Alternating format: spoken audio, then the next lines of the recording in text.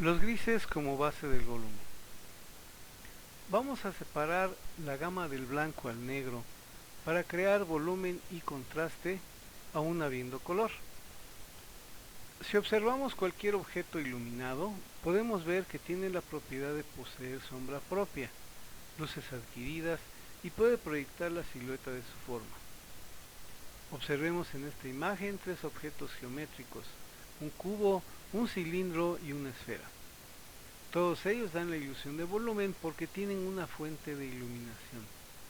Y aquí es donde entra el principio de la forma, la luz.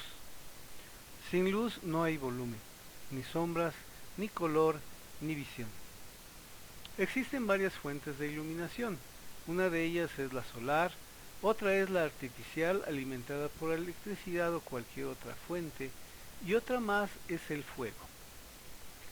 Desde un cerillo hasta un gran incendio, teniendo sus propias características, cada una en cuanto a intensidad y color. Lo que veremos es la manera de emitir sus rayos lumínicos. Una fuente natural, como el sol, emite para efectos de dibujo rayos paralelos. En una proyección ortogonal se vería de esta forma, y en una vista perspectiva de esta otra. En el caso de una fuente eléctrica, la proyección sería radial, desde un solo punto, y de igual forma su sombra se dibuja con esa referencia. En otras fuentes, como el fuego, es similar pero depende de lo ancho del área que emita luz para proyectar sombras que irían desde un punto hasta líneas paralelas según el caso.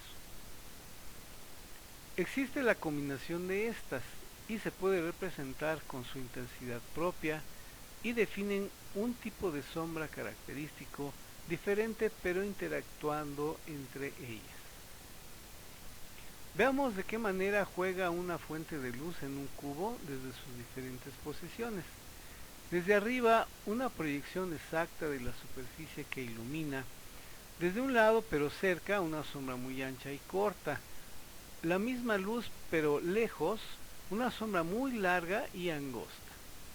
Aquí se observa la diferencia entre distancias sin variar la intensidad de luz. Existe la propiedad de los objetos de desprender su color cuando está siendo iluminado y proyectarlo hacia otro que esté cercano. De rebote es contagiado con ese color del vecino, pero si no es intenso el color, la proyección es débil. Los objetos iluminados tienen sombra propia y eso determina el carácter de la imagen. Por ejemplo, una cabeza con una luz intensa se verá más dramática. En algo menos iluminado se verán los contornos suaves, las sombras menos marcadas y lucirá bien.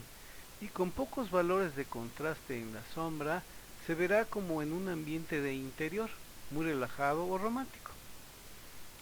La sombra proyecta la silueta que da valor al volumen, ya sea en el propio objeto o en una proyección de la forma, pero si no hay suficiente contraste, estos valores se verán muy diluidos. El dibujo se verá emplastado. Habrá necesidad de marcar y diferenciar para separar la imagen. Existe la sombra de objetos transparentes, como en este caso se puede apreciar, y con su propia deformación por el efecto de lupa que hace el vidrio en este caso. También podemos hacer sombra en otra sombra. Significa que los efectos de iluminación tienen infinitas posibilidades de representarse. La luz se descompone en colores al pasar por un prisma, lo que significa que todo lo que vemos es luz en diferentes frecuencias de una misma naturaleza que nos lleva a entender que la luz es nuestro patrón para dar la sensación de profundidad, de volumen y de contraste. Y aquí una pequeña galería de grandes dibujantes utilizando de manera magistral estos grandes recursos.